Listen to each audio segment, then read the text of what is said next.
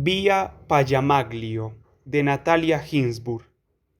En Turín he vivido en 4 lugares distintos. Pasé la infancia en Vía Pastrengot, el fin de la infancia y los primeros años de la adolescencia en Vía Payamaglio, el fin de la adolescencia en Corso Reumberto y la juventud en Corso Galileo Ferraris. Pero fue a Vía Payamaglio a donde regresé después de la guerra. Así que para mí, Turín es sobre todo Vía Payamaglio. Después de la guerra, la calle cambió de nombre y se convirtió en Vía Morgarit. Todavía hoy, creo, se llama así, pero en el recuerdo me resulta más natural restituirle su primer nombre.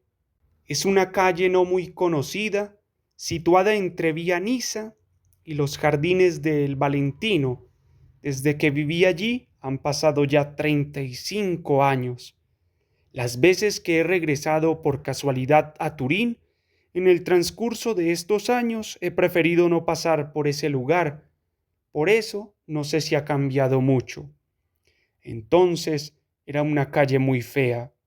No tenía ni un árbol, ni una sola casa construida con un poco de gracia. Era una calle gris, más bien estrecha. Cuando nos mudamos allí hasta el nombre me parecía feo, Vía Payamaglio. Un nombre feísimo, humillante para quienes tenían que vivir en ella. No sé por qué me parecía tan horrible, menos mi padre, que era quien había encontrado la casa. Nadie de mi familia estaba contento ni con la casa ni con la calle, y yo compartía con los demás la nostalgia de la casa anterior. La casa anterior, en Vía Pastrengo, tenía un gran jardín. En esta no había jardín. Vivíamos en un último piso con balcón y yo sentía una gran nostalgia de aquel jardín perdido.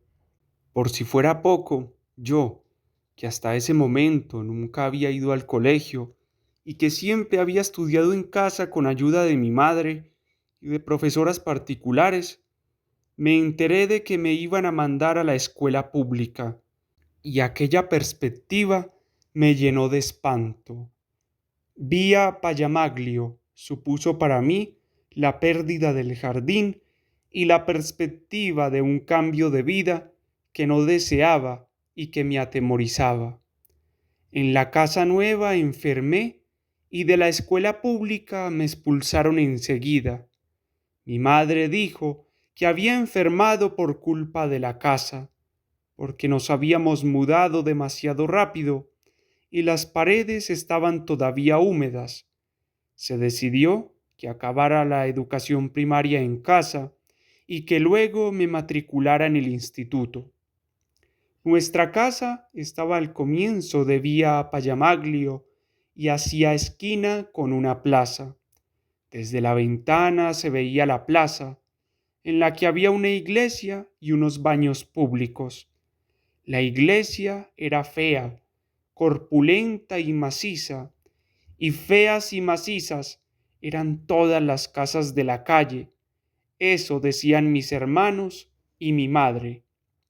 Casas ni demasiado nuevas ni demasiado viejas, pero siempre macizas, corpulentas y grises, y cuando no eran macizas y grises, eran todo lo contrario, bajas y amarillas, con ventanas de cristales rotos y barrotes oxidados. Suspendido en la esquina, justo frente a la ventana de mi habitación, había un reloj enorme. Aquel reloj se volvió importantísimo para mí cuando tenía que levantarme por la mañana para ir al instituto.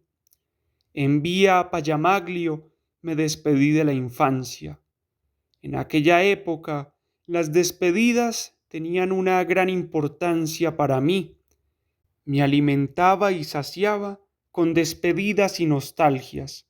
Sentía nostalgia, o pensaba que la sentía, de Palermo, la ciudad en la que había nacido. En realidad, había vivido poquísimo allí y solo conservaba recuerdos muy vagos de ella, pero saludaba aquellas vagas imágenes desde la distancia. Sentía nostalgia del jardín de Vía Pastrengo. Cuando tuve que ir al instituto, sentí nostalgia de la infancia y me despedí de ella. Los primeros años del instituto fueron años difíciles para mí. No me gustaba nada ir al colegio. El latín me parecía difícil y sacaba unas notas pésimas. No hice amigos entre mis compañeros. Qué vida tan cómoda y hermosa había llevado hasta aquel momento. Qué nostalgia me producía aquella vida, una vida sin relojes. Ahora, al levantarme, miraba 10 veces aquel reloj de la esquina. Me esperaba la niebla de la calle. Vi a Madama Cristina, que debía cruzar muy atenta a causa del tranvía, y desde allí iba hasta Vía Guisipet, Giacosa, donde estaba mi instituto, el Instituto Alfierit, un lugar que me pareció odioso desde el primer minuto. Las tardes las pasaba en casa, luchando con los deberes. Cada tanto me asomaba al balcón para contemplar el paisaje que me ofrecía. El reloj, la iglesia, las palomas, los baños públicos de los que salían personas con una toalla bajo el brazo. Pensaba que aquel era el paisaje que vería el resto de mi vida, que jamás conseguiría marcharme a otro lugar. Tenía aquel paisaje y el monótono y breve itinerario de la mañana, porque aquel colegio que tanto detestaba se encontraba a poca distancia, aquella presencia inminente que no conseguía olvidar cuando estaba en casa. De pronto habían entrado en mi vida el tedio, el ansia, la soledad y la melancolía. Sin embargo, con ellos habían llegado de pronto también los poetas.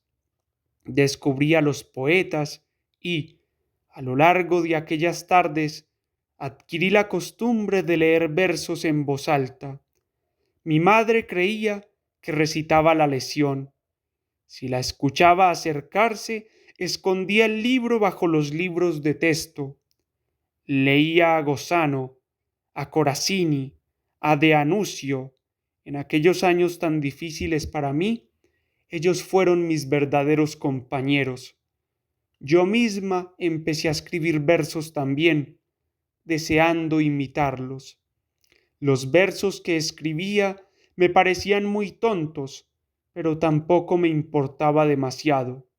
Leer versos y escribirlos era el único modo de amar la vida, aquella vida hostil e imposible de amar que tenía frente a mí, el único modo en que me permitía ser algo extraño, algo secreto y misterioso, donde todo tenía sentido.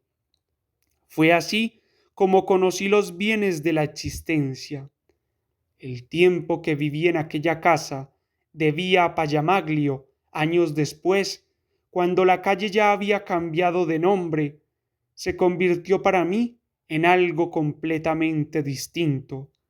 Después de la guerra, aquella casa se volvió sencillamente un refugio para mí. Ya no me preguntaba si aquel iba a ser o no el paisaje que la vida me había destinado para el resto de mis días. Rara vez lo contemplaba, y siempre de forma distraída.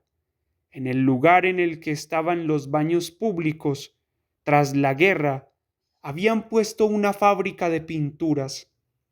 No sé lo que habrá allí ahora. Las ciudades están hechas de estratos superpuestos de las distintas épocas en que las hemos habitado.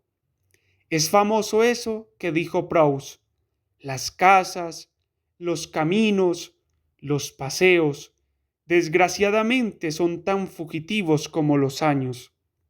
Nuestra memoria permanece a veces en un estrato y otras en otro. se posa sobre ellos como un pájaro, pero en las ciudades en las que hemos crecido, en los lugares que hemos observado en la adolescencia o en la infancia, nuestra memoria se detiene más a menudo y con más detenimiento.